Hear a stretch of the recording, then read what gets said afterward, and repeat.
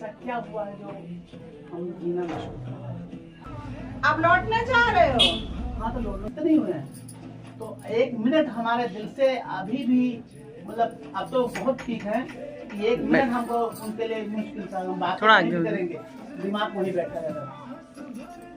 अब तू मुझे एक बात बता, तू उसे भूलना चाहता है? हाँ, और वो भी भूल जाना जो मैं फंस गए। अब जैसे हम वहाँ रहते थे, हमें थोड़ी पता था ये हमें चाय और पानी दे रही तो क्या करेगी मैं। ये कोई नई चीज नहीं है बेटा। पहली बात, आप उधर से हटना चाह रहे हो, हटा दूंगी। आप अगर अपनी पत्नी की तरफ और बच्चों की तरफ आपने रुक कर लिया है तो इसका मतलब आपके अंदर अच्छाई जाग चुकी है, समझ गए? आप अगर उस औरत के साथ रहेंगे, आप एक बात को, छोटी सी बात को समझ लीजिए, दिन रात आपके बच्चे और आपकी पत्नी परेशान रहेगी तो भी आप तो सुख से नहीं रह पाएंगे। आप समझ रहे हैं? वो रिश्ता झूठा है बेटा। अच्छा आपका है, आपके बच्चे हैं, आपकी पत्नी है, आपको उधर से हटवा दिया जाएगा।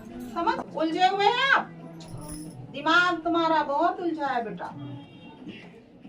आप समझ नहीं पा रहे कि मैं क्या करूं।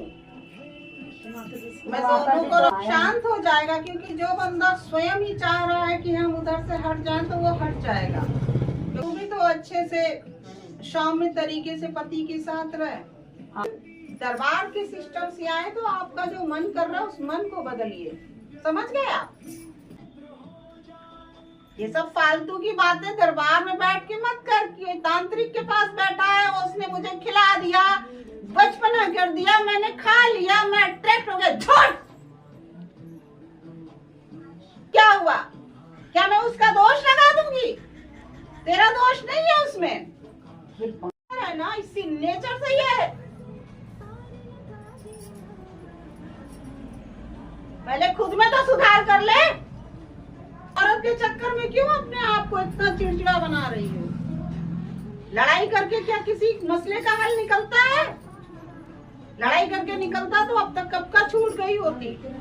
सूझबूझ से काम लीजिए। इस समय आपके पति की सिचुएशन ऐसी चल रही है, आप पूरा इसका साथ दीजिए।